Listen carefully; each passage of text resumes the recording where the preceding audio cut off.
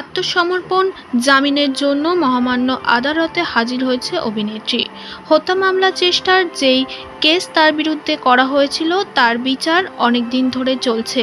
12 নম্বর আসামি হিসাবে দাবি করা হয়েছিল অপু বিশ্বাসকে।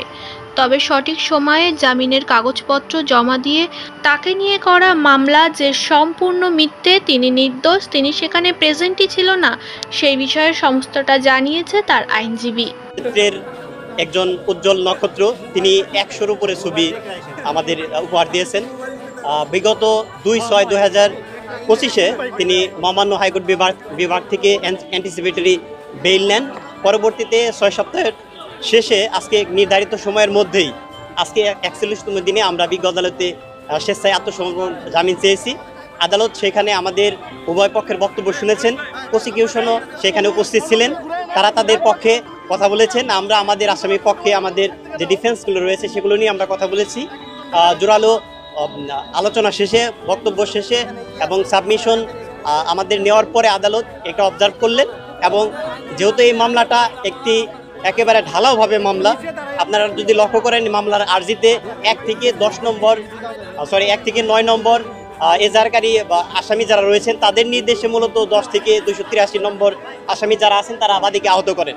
কিন্তু মজার বিষয় একটা জিনিস লক্ষ্য করবেন, বাদী কিন্তু নিজেই স্বীকার করেছেন এই আমার আসামি সহ আরও 12 জন এই ঘটনাস্থলে উপস্থিত ছিলেন না। অভিনেত্রী অপু বিশ্বাসের এই মামলা নিয়ে, হত্যাকাণ্ড চেষ্টা নিয়ে যেই গুঞ্জন উঠেছিল, যেই দোষ অভিনেত্রী অপু বিশ্বাসের ঘরে চাপানো হয়েছিল, সেই বিষয় নিয়ে এবার মুখ খুললেন অভিনেত্রী শাবনাম বুবলী। শাবনাম বুবলী জানিয়েছে তার নিজের মন্তব্য।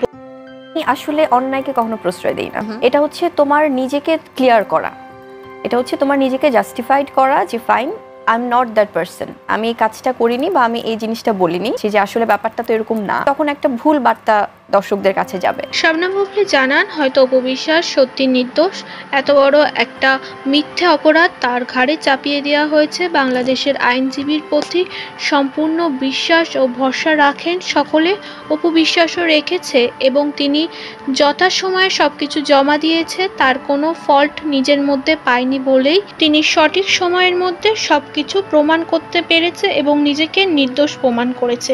এর থেকে বেশি কিছু কথা বলতে চায় না অপু বিশ্বাসকে নিয়ে শাবনাম বুবলী।